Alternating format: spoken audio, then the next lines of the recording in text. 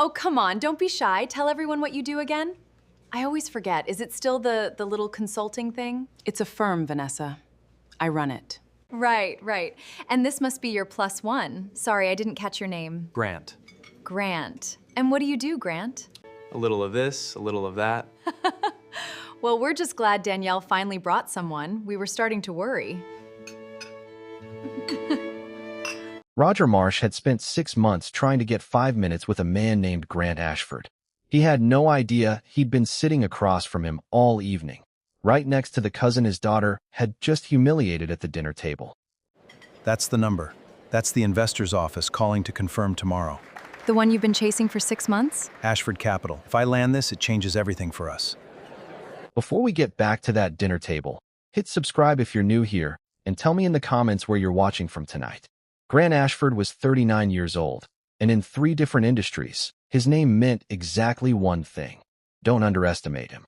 He'd built Ashford Capital from a single warehouse investment into a firm worth more than most people could count to. He drove a car worth less than his assistants, wore the same 3 suits on rotation, and had exactly one rule he never broke. He would never let anyone know what he was worth until he already knew what they thought of him without it.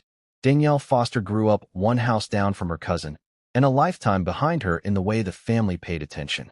Vanessa was Roger and Patricia's only child, golden, celebrated, praised for things Danielle did quietly and without applause. It wasn't that anyone hated Danielle. It was worse than that. They simply forgot to notice her. By the time she was 34, Danielle had built something real, a boutique consulting firm with a client list she'd earned one difficult meeting at a time. She didn't talk about it much at family gatherings. She'd learned early that in this family, success only counted if it came with a spotlight, and Danielle had never once been handed one. My cousin's engagement dinner is Friday. My mom wants me to bring someone. Do you want me there? Honestly, I don't know if I want to put you through it. My family has a way of me feel very small very fast. I think I can manage small. Friday came, and Danielle Foster walked into the Harrogate Club with the same tight, practiced calm she always wore to family events, armor she'd built over 30 years of being the afterthought. You look lovely. Is this— Mom, this is Grant. Hello, Grant. Danielle didn't mention much about you. That sounds about right. She doesn't mention much about anything good. Isn't it gorgeous? 3 carats. Preston has taste. It's beautiful, Vanessa. Congratulations. So really doesn't exactly scream stable. It's paid the bills. Well, I hope so. Actually keep up. This family has a certain standard, you know? It was, by any measure, an ordinary cruelty, the kind Vanessa had delivered 100 times before. What Vanessa didn't know was that 2 seats down, Roger Marsh's phone was still lit up with a confirmed meeting for tomorrow morning with a man named Grant Ashford. She had no idea how close she was to finding out exactly who she'd just called unstable. The table's laughter is thinner now, uncomfortable, but no one stops her.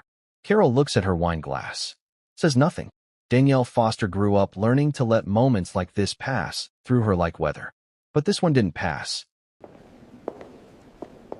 34 years and I still let her do that to me. You didn't let her do anything. She did it because no one in that room has ever told her not to. No one ever will. If you've ever sat at a family table and felt like the invisible one, let me know where you're watching from tonight, and drop a comment if you've ever had a Vanessa in your own life. I need to tell you something. Tomorrow morning, your uncle has a meeting. It is with Grant Ashford. That's me, Danielle. I'm Grant Ashford. You really don't like talking about work, do you? Work is work. I'd rather know what you think of me before you know what I'm worth. People change math on you when they know the number. It had happened enough. Enough that Grant Ashford had perfected the art of being ordinary in rooms that would have treated him very differently if they'd known the truth. I appreciate you taking this meeting, Mr. Ashford. Our firm has an opportunity in logistics infrastructure that I think aligns— Before we get into the numbers, do you have family in the area? Yes, actually. My niece, Danielle. Why do you ask? No reason. Just curious.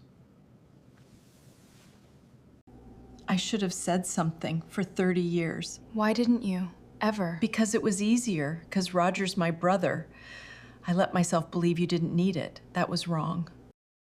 2 weeks later, the wedding invitations went out, updated at Roger's insistence, to include the name of the investor he was still chasing, Grant Ashford, in full, printed for the whole family to see, days before anyone but Danielle knew exactly who that name belonged to.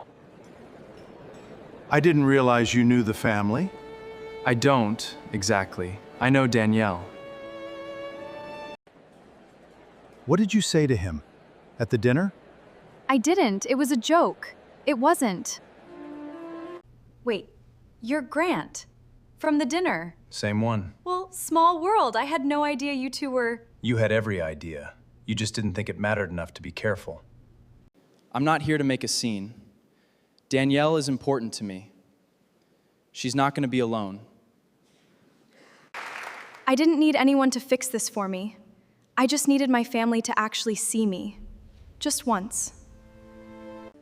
I see you, Danielle. I'm sorry it took this long. That was not how I pictured tonight going.